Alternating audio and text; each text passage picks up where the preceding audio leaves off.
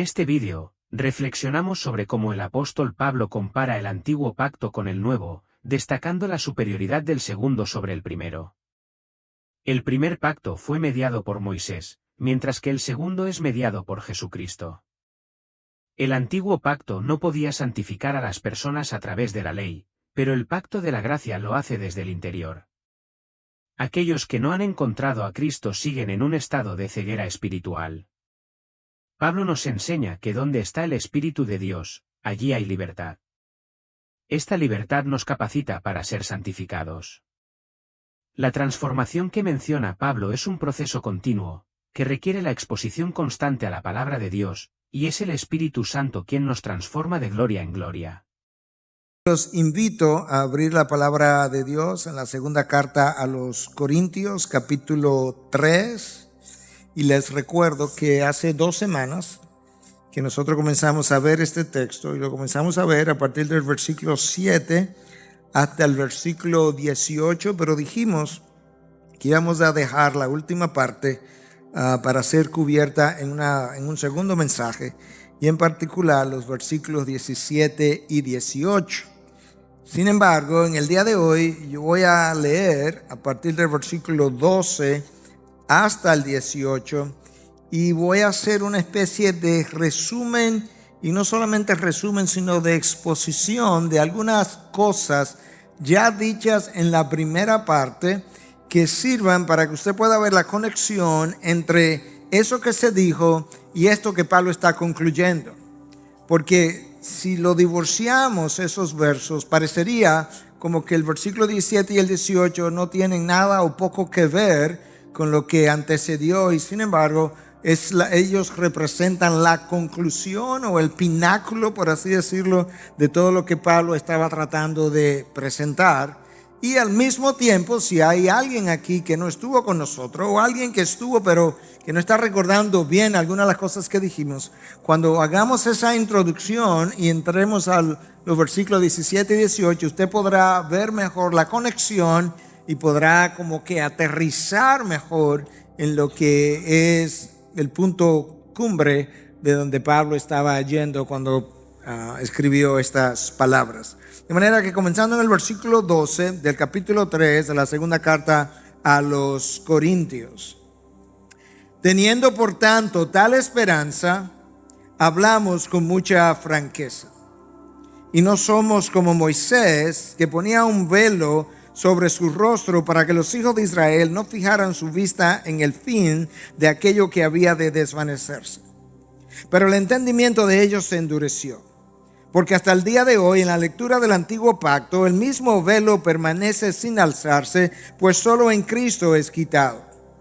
Y hasta el día de hoy, cada vez que se lee a Moisés, un velo está puesto sobre sus corazones. Pero cuando alguno se vuelve al Señor, el velo es quitado. Y ahora el texto de hoy: ahora bien, el Señor es el Espíritu, y donde está el Espíritu del Señor hay libertad. Pero nosotros todos, con el rostro descubierto, contemplando como en un espejo la gloria del Señor, estamos siendo transformados en la misma imagen, de gloria en gloria, como por el Señor, el Espíritu. Padre, gracias otra vez por tu palabra inspirada. Conviértela ahora en palabra predicada y en palabra aplicada. En Cristo Jesús. Amén, amén. Bueno, en el mensaje anterior a la primera parte, nosotros comenzamos a ver cómo el apóstol Pablo comparaba el antiguo pacto con el nuevo pacto y ponía de manifiesto la superioridad del segundo sobre el primero. El primer pacto mediado por Moisés, el segundo mediado por la persona del Señor Jesucristo.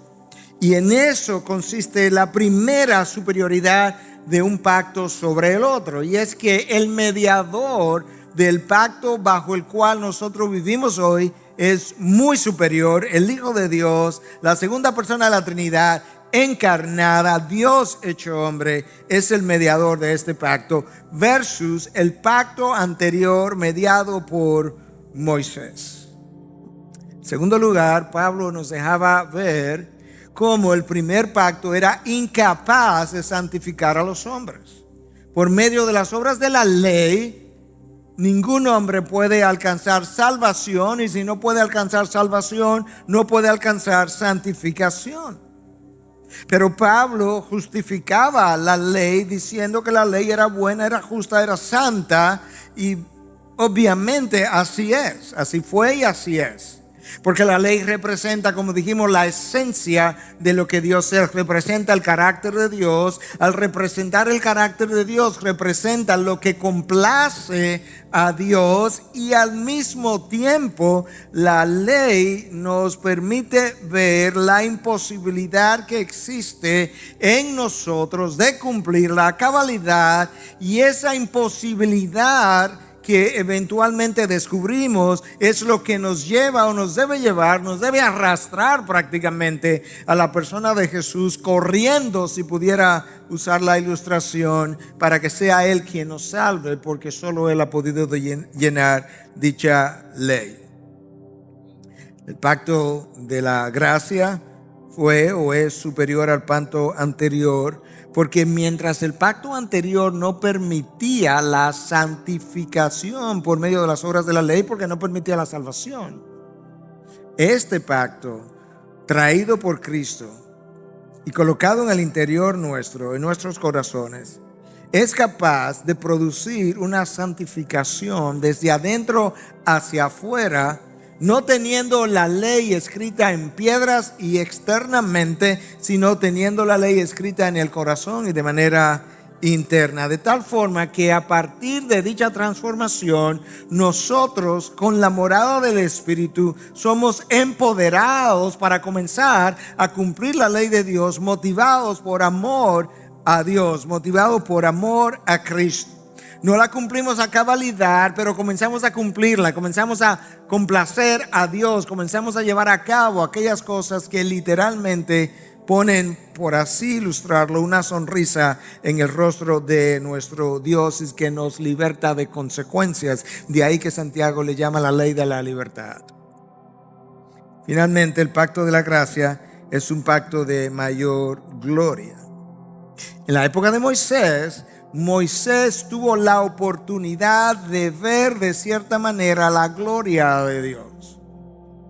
Y la vio de tal forma que Moisés experimentó incluso una cierta transformación de su rostro que reflejaba dicha gloria. Pero en la medida en que Moisés descendía de la montaña, y en la medida en que pasaba el tiempo, el reflejo de la gloria de Dios en el rostro de Moisés comenzaba a desvanecerse. Lo cual los teólogos entienden era probablemente simbólico de que la gloria del pacto anterior estaba llamada también a desaparecer.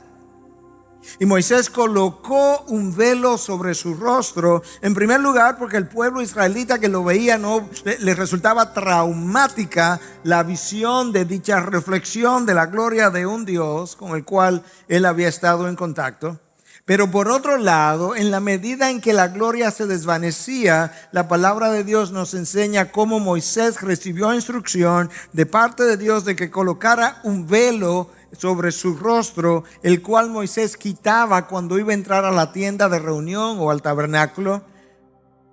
Y parece ser que lo que Dios estaba tratando de comunicar era que ciertamente esa gloria que se desvanecía, el pueblo todavía no estaba preparado para entender que esto era una gloria pasajera, efímera, temporal, y de ahí entonces que Dios no permitía que el pueblo terminara de ver la gloria desaparecer completamente del rostro de Moisés, sino que era instruido a colocar un velo sobre su rostro. Pero la única persona capaz de hablar con Dios de tú a tú, cara a cara, era Moisés. Ni siquiera los demás profetas. Dios claramente establece que Moisés no era como los demás profetas, porque con él hablaba de cara a cara. No necesariamente Moisés viendo la figura de Dios, porque Dios es espíritu, pero de una manera verbal, el uno conversando con el otro. Sin embargo, Ahora nosotros podemos disfrutar de una comunicación con Dios que Moisés disfrutó, pero que también otros no pudieron disfrutar. Cada persona que no ha creído en Cristo como Señor y Salvador permanece entonces en el estado en que estuvieron aquellos que tampoco conocieron al Señor, aunque conocieron la ley. Esa es la razón por la que el apóstol Pablo nos dice en los versículos 14 al 16 que leímos hace un momento: pero el entendimiento de ellos se endureció, porque hasta el día de hoy, en la lectura del antiguo pacto, el mismo velo permanece sin alzarse, pues solo en Cristo es quitado. Y hasta el día de hoy, cada vez que se lee a Moisés, un velo está puesto sobre sus corazones. Pero cuando alguno se vuelve al Señor, el velo es quitado. Pablo está tratando de explicarnos que el velo de Moisés sobre su rostro puede ser comparado a un velo espiritual sobre la mente y sobre el corazón que existe sobre aquellos que aún no han encontrado a Cristo como su Salvador. Eso es lo que impide que ellos puedan entender la revelación de Dios. Eso es lo que impide incluso que oyendo la revelación de Dios predicada, ni siquiera el corazón le interese mucho lo predicado. Escucha cómo Pablo explica parte de esto a los Corintios en su primera carta, en el capítulo 2, versículo 14. Pero el hombre natural no acepta las cosas del Espíritu de Dios, no las acepta. ¿Pero por qué no las acepta? Porque para él son necedad y no las puede entender porque se disciernen espiritualmente. Él no tiene el Espíritu. Si no tiene el Espíritu, no tiene iluminación de su mente. Si no tiene iluminación de su mente, no puede entender lo que llega a su mente de parte de Dios en su revelación.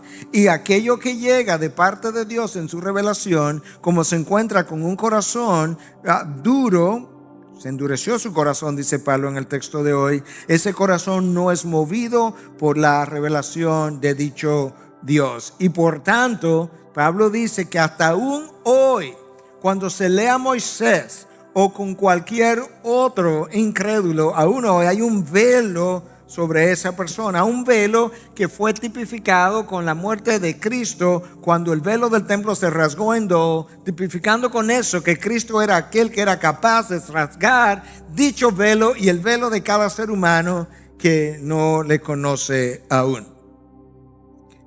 Eso es en esencia mucho de lo que dijimos la vez anterior, con algunas cosas más aclaradas o amplificadas, para poder ver ahora cómo es que Pablo quiere aterrizar todo esto. Esta comparación que él está haciendo del antiguo pacto con el nuevo pacto, la superioridad de uno sobre el otro, la superioridad del mediador del segundo sobre el primero, cómo él quiere aterrizar esto que al mismo tiempo represente como el ápice de lo que él estaba explicando. Es como si la razón por la que él explicó todo eso fuera esto que vamos a mencionar ahora, y que aparece en los versículos 17 y 18, que en esencia constituyen mi mensaje para el día de hoy. Ahora bien, el Señor es el Espíritu, y donde está el Espíritu del Señor hay libertad. Pero nosotros todos, con el rostro descubierto, contemplando como en un espejo la gloria del Señor, estamos siendo transformados en la misma imagen de gloria en gloria, como por el Señor el Espíritu. Esos dos versículos, el 17 y el 18, nos hablan de dos acciones del Espíritu de Dios. Una es libertad. La libertad que tenemos, la tenemos por el Espíritu. Y la otra es la producción, o el Espíritu que produce, por decirlo de otra manera, transformación. Libertad y transformación. Una primero, otra después. Ambas producidas por el Espíritu de Dios. Y cuando pensamos entonces en esa libertad, yo creo que siempre es bueno, y luego en la transformación, que siempre es bueno hacernos preguntas. Nosotros aprendemos a través de un proceso en inglés se llaman inquiry, de preguntar, de cuestionar y buscar las respuestas. Entonces pudiéramos preguntarnos de qué nos liberta el Señor, cómo nos liberta. Y si nos liberta, ¿realmente era que estábamos o éramos esclavos previamente? Y yo quisiera abordar esas preguntas primero para luego que podamos entender mejor el proceso de transformación. Pero para responder a esas preguntas relacionadas a la libertad o la falta de libertad en el hombre, tenemos que remontarnos a la creación de Adán y Eva. Dios crea un Adán, una Eva, y los crea con absoluta libertad, pero no con autonomía. Y yo creo que esas dos cosas se confunden con frecuencia. El hecho de que Adán y Eva tenían la posibilidad, tenían la habilidad, tenían el derecho de escoger entre el bien y el mal, nos dice que ciertamente Dios los creó con libertad absoluta. Su albedrío era libre, pero no autónomo. El hecho de que Dios le impuso una prohibición, le marcó un árbol, le dijo de cuál fruta ellos no podían comer, implicaba que ellos no eran seres autónomos. Nadie en todo el universo es autónomo. Hay un solo ser con autonomía en todo el universo y se llama Dios. Para ser autónomo usted necesita ser autoexistente y por conclusión o por ende autosuficiente, de tal forma que usted no necesita ni de nada ni de nadie. Y a la vez o al mismo tiempo usted necesita ser el estándar por medio del cual se mide todo cuanto ocurre. Ninguna criatura llena tales requisitos. Lucifer trató precisamente de ejercer autonomía y fracasó en su intento. Adán y Eva trataron de ejercer autonomía y fracasaron también en su intento, lamentablemente. A partir de la caída de Adán y Eva, que eran portadores de la imagen de Dios, nosotros continuamos portando dicha imagen, pero de una forma manchada, de una forma trastocada. Y de ahí en adelante, ningún ser humano, ninguna criatura humana ha disfrutado de libertad o de libre albedrío, no porque Dios haya bajado y le haya quitado la libertad a los hombres, sino porque nuestros progenitores al pecar esclavizaron su voluntad al pecado que ahora pasó a ser parte de su naturaleza caída. De manera que no es la intervención de Dios que le quita al hombre su libre albedrío, es la intervención del pecado, es el hombre mismo que renuncia a su libertad cuando pecó. Y ese hombre permanecerá esclavizado de su pecado hasta que Cristo haga algo por él. Escucha lo que el versículo 17 dice, que ya lo leímos. Ahora bien, el Señor es el Espíritu. El Señor es el Espíritu. Y donde está el Espíritu del Señor hay libertad. Lo opuesto también es cierto. Donde el Espíritu del Señor no está, no hay libertad. La pregunta que tenemos que hacernos es: ¿qué es lo que imposibilita la libertad del hombre a partir de la caída? Una libertad de la cual él no disfruta justamente por las consecuencias que vinieron después del pecado de Adán y Eva. Bueno, en primer lugar, Pablo nos explica en 2 Corintios 4:4, donde llegaremos próximamente, que el entendimiento del hombre quedó entenebrecido. Si el entendimiento del hombre quedó entenebrecido, el hombre no entiende las cosas como son. No las entiende conforme a la luz de Dios, sino conforme a la oscuridad del mundo. Eso es una razón. La segunda razón es que el hombre quedó ahora con un corazón de piedra. Lo que eso implica es que es un corazón que no late por Dios, que no siente por Dios, que no le interesan las cosas de Dios, que no lo mueve nada que tenga que ver con Dios.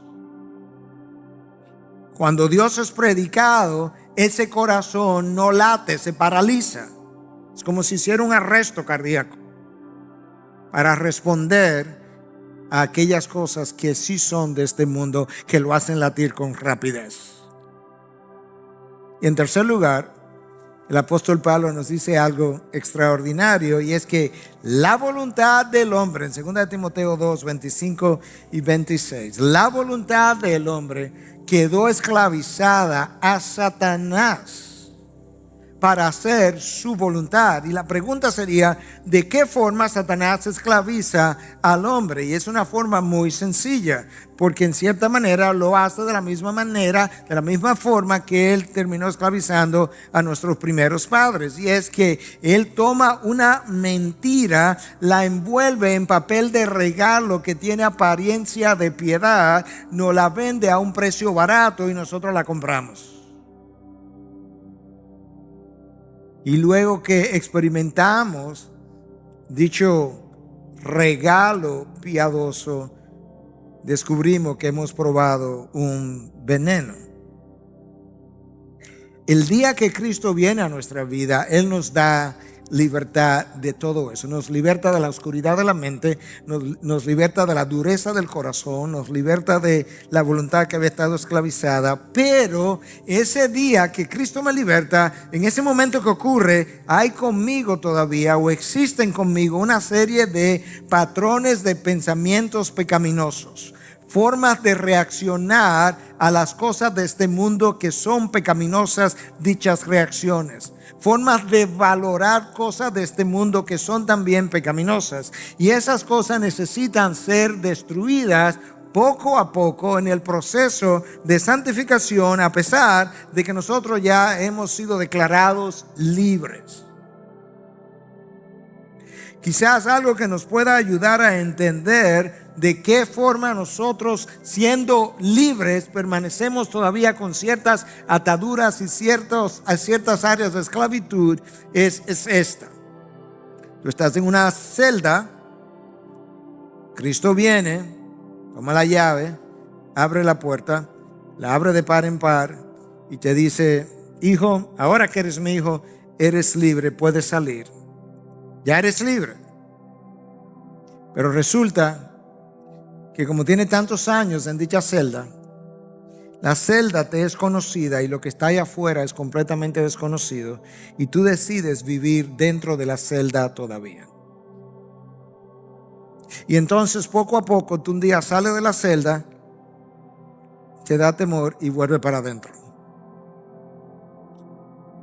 Así hacemos nosotros en ocasiones, después de ser salvos, que hay formas distintas y santas, piadosas, como yo debiera hacer las cosas, y un día yo la pruebo, y cuando las cosas no están resultando como son, yo vuelvo para atrás y hago una de las cosas mías del pasado.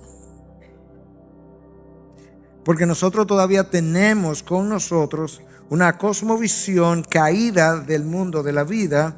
Tenemos formas de pensamiento, patrones de conductas que necesitan ser deshechos, y permanecemos entonces esclavizados a temores que comenzaron en el jardín del Edén, cuando mis padres adámicos y evanímicos se escondieron. Inseguridades, vergüenza, todo eso fue experimentado en el mismo jardín del Edén. Y luego entonces las cosas empeoraron. Quedamos con ese sentido de vergüenza, sentido de culpa muchas veces, que nos esclaviza, sentido de inferioridad, nos sentimos a menos, necesidad de aprobación de parte de los hombres, miedo a ser abandonado, a pesar de que Dios me dice: aunque tu padre y tu madre te abandonen, aunque todo el mundo te abandone, yo nunca te abandonaré. Y a la primera experiencia de abandono estamos petrificados. Eso es parte de la condición caída del hombre. Experimentamos miedo de no ser amados, y vemos a otro y pensamos: a este lo aman más que a mí. Experimentamos temores de no sentirnos realizados en la vida. Y todas esas cosas nos esclavizan. Y en ocasiones, cuando el hombre descubre ciertas esclavitudes producidas por esas cosas, él decide liberarse. Pero en vez de acercarse más a Cristo, que es quien le ha dado la libertad primera, él incurre en otras áreas buscando su liberación. Pero en esas áreas en que él incurre, él lo único que hace es esclavizarse más aún. Se nos olvida que Cristo dijo: yo vine para que tengan vida y la tengan en abundancia. Cada cosa en la que nosotros incurrimos o en la que permanecemos, que corresponde al hombre viejo, es contraria a ese propósito declarado en la palabra de Dios por la cual Cristo vino. Yo vine para que tengan vida y la tengan en abundancia. Cada área de esclavitud le quita abundancia de vida a mis hijos y es contrario a mi propósito de mi venida. Pablo ahora nos está recordando que donde el Espíritu de Dios está, hay libertad. Y la libertad es esa libertad en primer lugar del pecado que nos esclavizó de la manera que explicamos. Pero hay una libertad también de las obras de la ley que no podíamos cumplir, pero que ahora, como esa ley está escrita en mi corazón, en mi interior, y a la vez en mi interior vive el Espíritu de Dios, Él pone en mí el querer y el hacer para yo querer cumplir justamente las obras de la ley. No para salvación, sino porque eso es lo que complace a Dios. Coge cada uno de los mandamientos y pregúntate si esos mandamientos, al ser llevados a cabo, no complacen a nuestro Dios. Claro, porque lo representan. Ahora, cuando Pablo dice que donde el Espíritu de Dios está, hay libertad, eso no implica que donde el Espíritu de Dios está, hay libertinaje. Eso no implica eso, no implica que hay falta de sumisión, que hay autonomía, no implica que hay libertad para hacer lo que queramos, sino libertad para que el pecado no impida que yo sea conformado a la imagen de Cristo. Entonces el primer paso, la primera acción del Espíritu es justamente libertarme. Donde el Espíritu del Señor está, hay libertad. A partir de ahí comienza el versículo 18 del texto de hoy. Porque a partir de la libertad que Cristo trae a mi vida, ahora estamos listos para ser santificados. Cristo fue a la cruz. Y Cristo, cuando fue a la cruz, decía yo esta mañana, Él no fue y pagó una fianza para que me dejaran libre. Como alguien que ha caído preso, ¿verdad? Y para dejarlo salir hay que pagar una fianza, que a veces son muy altas, otras veces no. No, Cristo no fue a la cruz y pagó una fianza. Cristo fue a la cruz, pagó un precio para una libertad definitiva, eterna, que le costó a Él su sangre. Y cuando terminó de sangrar, cada uno de los redimidos de Dios fue hecho libre en la mente de Cristo hasta que cada uno de ellos la encontrase en el tiempo.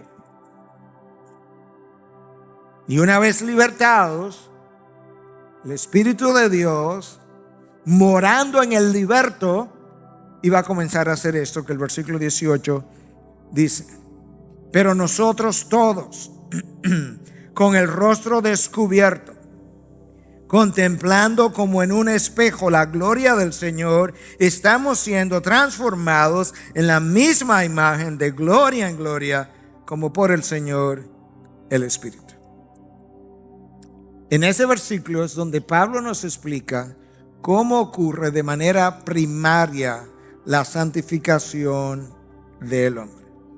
Y para exponer esa frase larga donde Pablo, muy paulina, Pablo tiene frases y frases y frases que nunca le pone un punto a veces.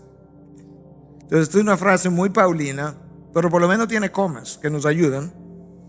Y voy a dividirla en frases, porque cada una de estas frases tiene significado y los significados están conectados hasta que podamos llegar al final de todo ese versículo.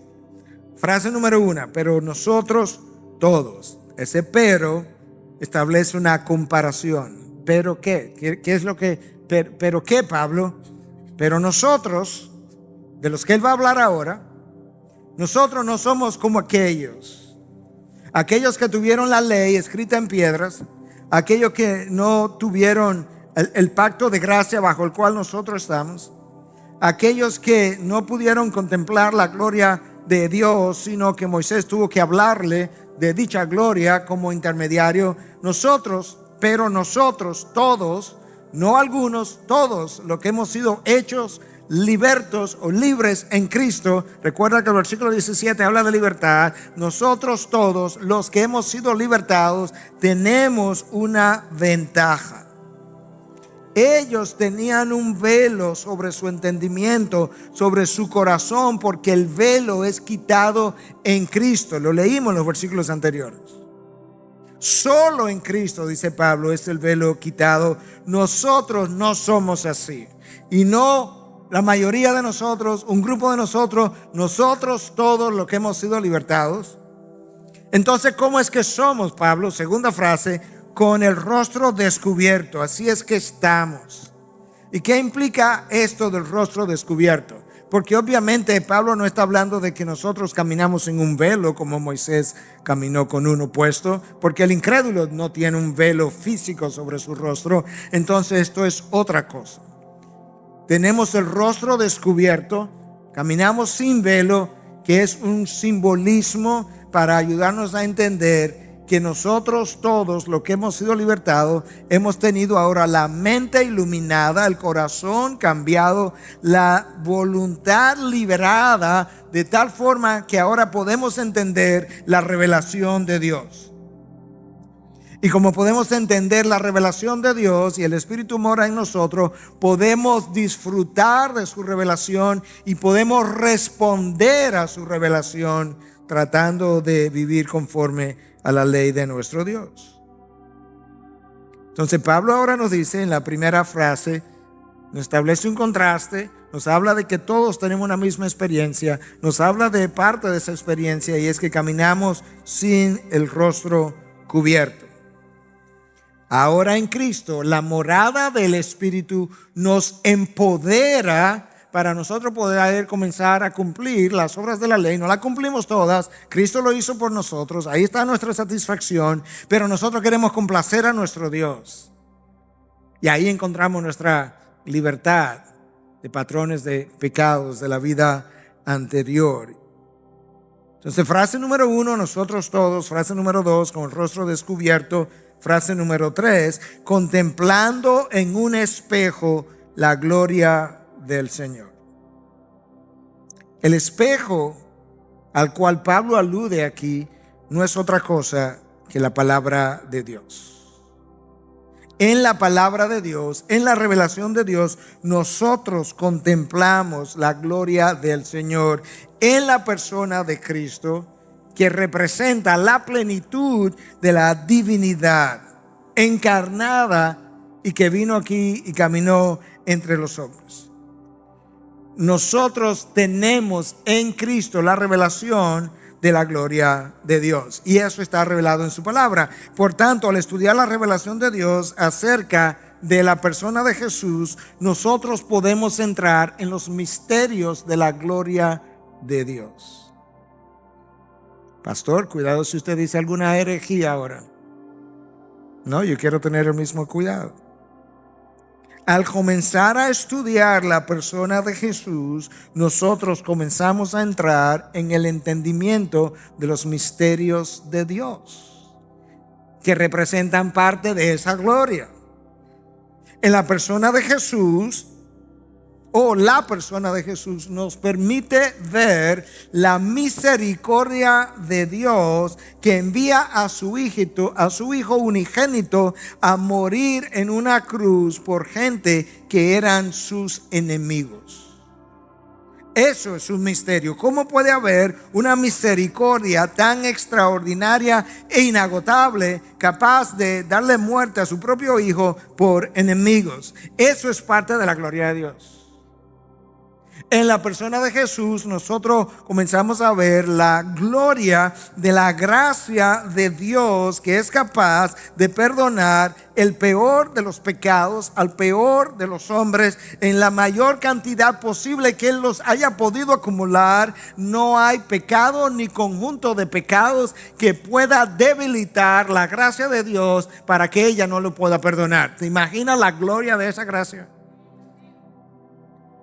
En la persona de Jesús nosotros vemos la gloria de la justicia de Dios, que fue capaz de matar a su hijo en la cruz para cumplir con los preceptos de la ley, en vez de pasar por alto su propia ley, enviando a todo el mundo a salvación y dejando su justicia sin ser cumplida. La persona de Jesús, clavada ahí con el peor trato posible, nos dejó ver la gloria de la justicia de Dios. En la persona de Jesús nosotros vemos la gloria del amor de Dios, que siendo nosotros, como dijimos, su enemigo, Él amó tanto al mundo que nos dio a ese Hijo, para que todo aquel que en Él crea no se pierda, mas tenga vida eterna. Veo a algunos de ustedes con frío, quizá alguien nos puede ayudar con eso. Ahora, todas y cada una de esas cosas, todas y cada una de esas cosas mencionadas, su gracia, su misericordia, su justicia, su amor, que son algunas nada más, representan atributos de Dios.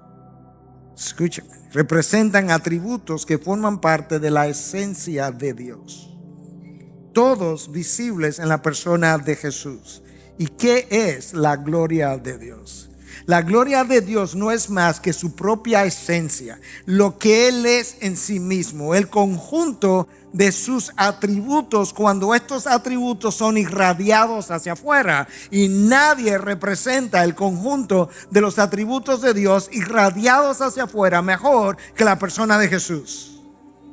Cuando Dios Padre pensó, por así decirlo, en sus atributos y los hizo irradiar hacia afuera, el fruto de eso es Jesús hecho hombre. En Él nosotros podemos contemplar la gloria de Dios, y Él está revelado en estas palabras. De manera que contemplando como en un espejo la gloria del Hijo de Dios, o la persona del Hijo de Dios, yo puedo ver la gloria del mismo Dios. Cosa que aún profetas desearon ver, dice el autor de Hebreos, y no lograron ver. Si este es el espejo en el que yo contemplo a Jesús, y a través de la contemplación yo soy transformado, entonces yo no puedo ser santificado sin leer, estudiar, reflexionar, escudriñar continuamente las Escrituras. Y no de manera somera, y no de manera general, porque yo tengo un llamado a manejar las Escrituras con precisión para que yo no tenga algo de qué avergonzarme delante de Dios, le dice Pablo a Timoteo. Aún en el Antiguo Testamento hay evidencia que es la contemplación de Dios que me transforma. Cuando Moisés sube al monte Sinaí, pasa ahí 40 días en el monte contemplando a Dios, teniendo comunión con Dios. Moisés baja transformado de una manera que le fue incluso traumática a los israelitas contemplar el rostro de Moisés. Comunión con Dios, transformación de Moisés. Y lo puedes ver de una manera todavía más práctica. Cuando tú lees la historia del libro de los Hechos, capítulo 4, si mi memoria no me falla, tienes a un Pedro, tienes a un Juan. Esta gente está hablando con propiedad, está hablando con denuedo, está hablando de una forma poco usual. Las autoridades están sorprendidas de cómo es que hombres sin educación, gente iletrada, puede estar hablando de la manera que está hablando y con el conocimiento que está teniendo. Y la segunda observación, ellos hicieron dos observaciones. Número uno, esta gente no tenía educación. ¿Y de dónde salió esto? Primera observación, que hay algo extraño. Segunda observación, entonces reconocieron que habían pasado tiempo con Jesús.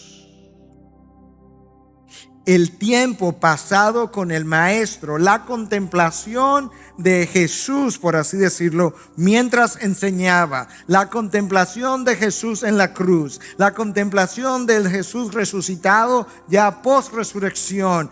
Toda esa contemplación fue produciendo en ello una transformación que dejó pasmado a las autoridades que escuchaban cómo hablaban hombres sencillos convertidos en sabios. Esa es la realidad.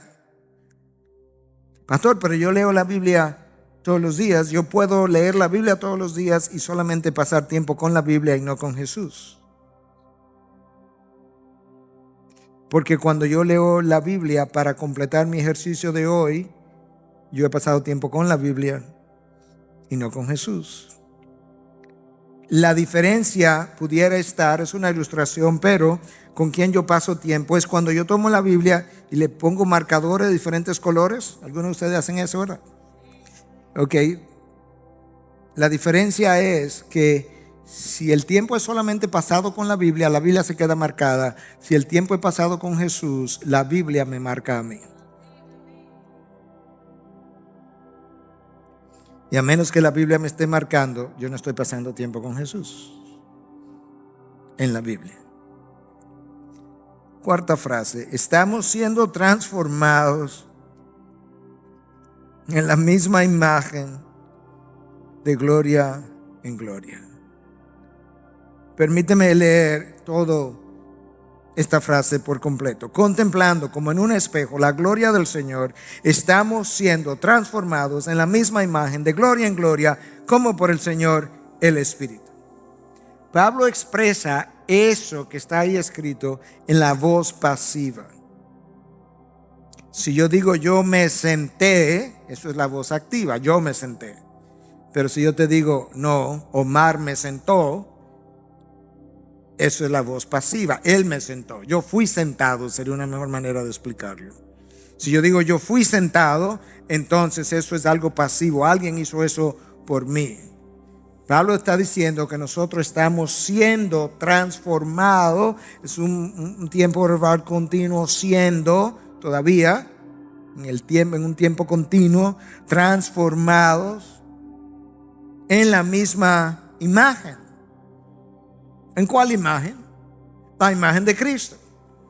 La imagen que constituye el propósito número 1 de mi elección. Romanos 8, 28, 29, 30. A aquellos que Dios de antemano conoció, a eso Dios predestinó, a los que predestinó, a eso Él llamó, a los que llamó, a eso Él glorificó, y a aquellos que glorificó, el texto dice un poco más adelante, que lo hizo para conformarlos a la imagen de su primogénito. La razón de mi elección está aquí expresada en el versículo 18. Yo fui elegido en la eternidad pasada para que en el presente actual me vayan transformando, para que en el futuro yo pueda disfrutar de la imagen para la cual yo fui destinado en la eternidad pasada.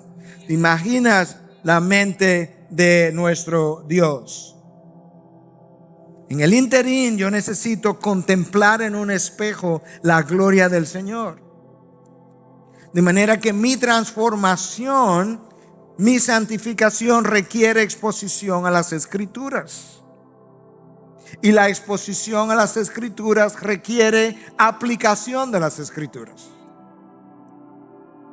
En la medida que uno envejece, una de las cosas por las que doy gracias a Dios es que no solamente se nos agregan arrugas y canas, sino que nos llega nuevo entendimiento a través de tu propia vivencia. Y hoy más que nunca yo estoy convencido que ninguno de nosotros es transformado si realmente no aplica lo que dice conocer. Yo no conozco hasta que yo no aplico. Y yo ilustraba eso de esta manera, se puede ilustrar de múltiples maneras. Tú puedes recibir clases de cómo tirarte en paracaídas, pero nunca te ha tirado. No me digas que tú sabes cómo tirarte en paracaídas porque tú nunca te has tirado. ¿Y qué si te tira y ala lo que no debe alar? ¿O qué si te tira y alaste lo que debe alar y el paracaídas no abrió y se supone que tú tienes que hacer otra cosa, pero tú no sabías hacerlo? O como era tu primera experiencia, no supiste hacerlo, pues no sabía cómo lanzarte en paracaídas. Y cuando yo te pregunte después de la primera tirada si tú sabes cómo lanzarte, mejor dime: yo me he lanzado una vez, pero no me diga si yo sé cómo lanzarme. Nosotros en medicina a veces relajamos, bromeamos. Hay casos extraños y raros que aparecen uno en miles y miles de pacientes, y tú has visto quizá uno de esos casos y alguien te pregunta y tú dices, para comenzar la broma, bueno, en mi experiencia de un caso,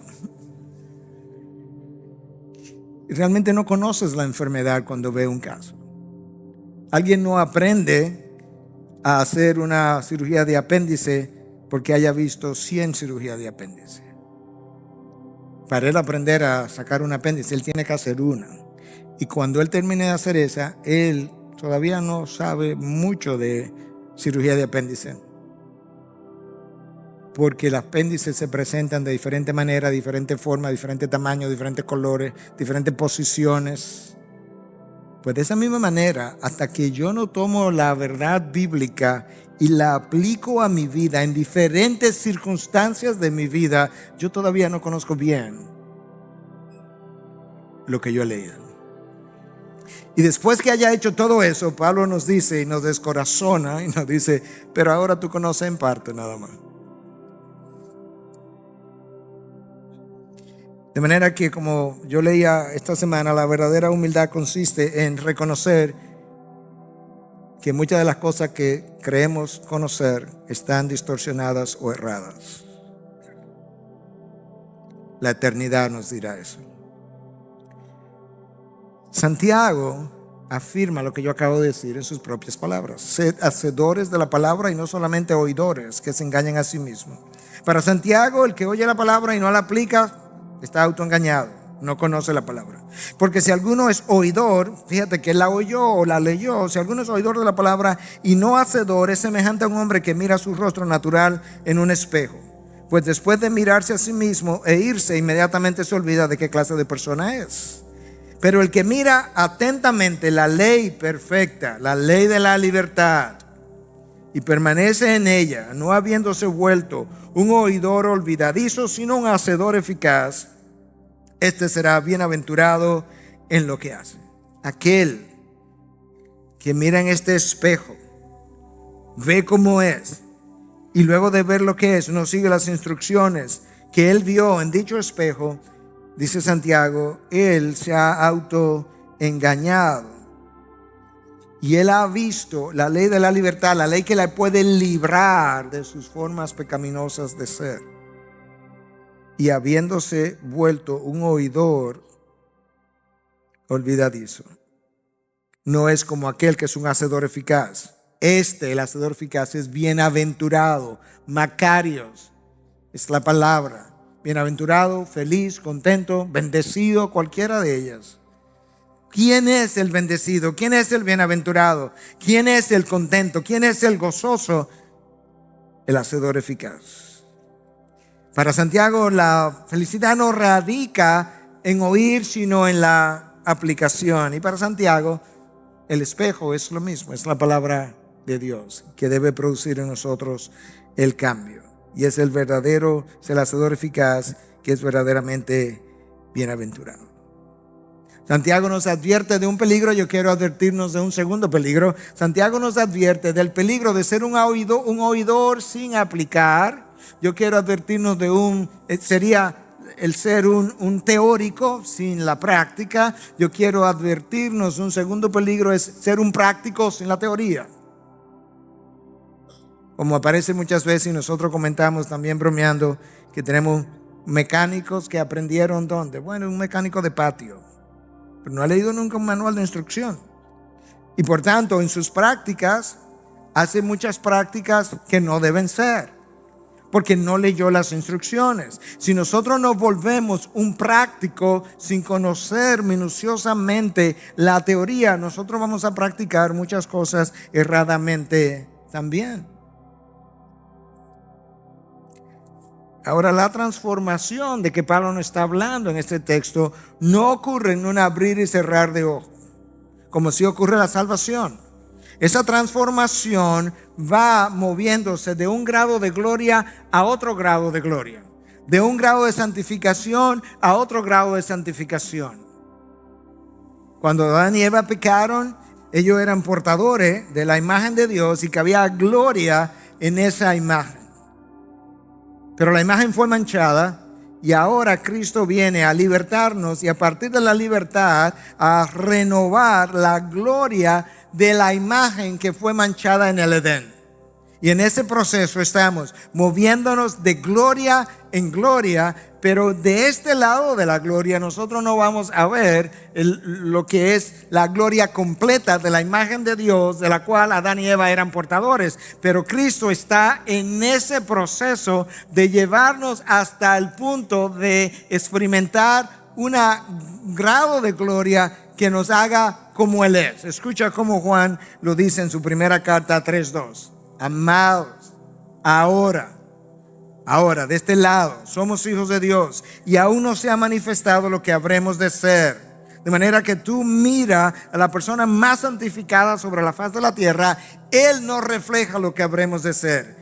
Pero sabemos que cuando Él se manifieste en el parusia, como dicen en el original, en la llegada de Cristo, a su venida, seremos semejantes a Él porque le veremos como Él es. ¿Te imaginas que llegará un tiempo donde Dios te habrá transformado hasta tal grado que te vas a parar al lado de Cristo y vas a decir, wow, pero cuánto nos parecemos? El texto dice que seremos como Él es. ¿Te imaginas ese momento en la historia de tu vida? No seremos Dios porque seremos criatura eternamente, pero la palabra nos dice, recuerda que Dios te hizo a su imagen, Adán manchó la imagen, el segundo Adán está puliendo la imagen, glorificando la imagen, Él te va a llevar a ser como Él es. Wow. ¿Y cómo se hace eso, pastor? Como dice Pablo aquí. Tú vas siendo llevado de un grado de gloria a otro grado de gloria. ¿Y cómo se llama eso? Santificación. ¿Y cómo se llama cuando ya me cambien por completo? Glorificación. Oh, wow. ¿Tú sabes cómo Cristo enseñó que eso ocurre? ¿Tú sabes cómo Cristo pidió al Padre que lo hiciera? Horas antes de su crucifixión, Padre, santifícalos en tu verdad. Tu palabra es verdad.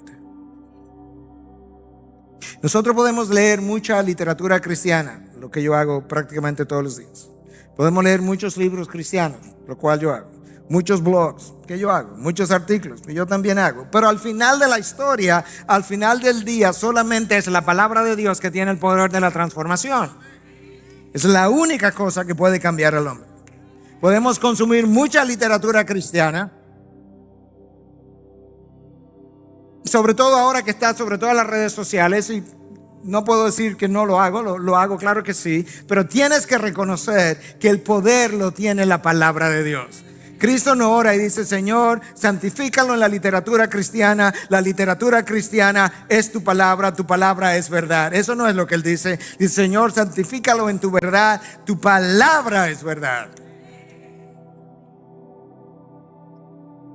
La persona que transforma entonces es el Espíritu de Dios. Contemplando como en un espejo la gloria del Señor, estamos siendo transformados en la misma imagen, de gloria en gloria, como por el Señor el Espíritu.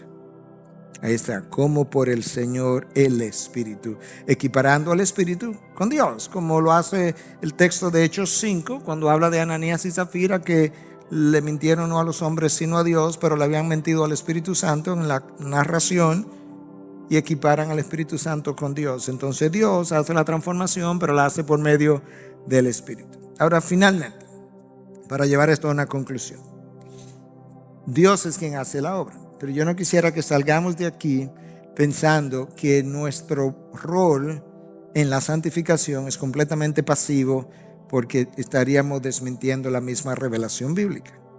Dios no nos necesita, pero Dios diseña cosas de una manera que a veces no entendemos, y en este caso diseñó la santificación para que tú y yo participemos, y lo vemos de diferentes maneras. Santiago nos hace una invitación, un llamado de atención, y nos dice, tú necesitas ser un hacedor de la palabra. Tú puedes permanecer pasivo como oidor, o tú puedes participar activamente como hacedor.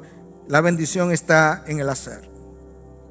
Pablo nos llama en Romanos 12 y nos dice que nosotros no debiéramos adaptarnos. Yo, Miguel Núñez, no debe adaptarse a los patrones de este mundo. Ahí está mi participación. Y me dice que yo debo hacer algo más, y es que yo debo presentarme ante Dios como sacrificio vivo, santo y agradable a mi Dios. Yo necesito hacer eso.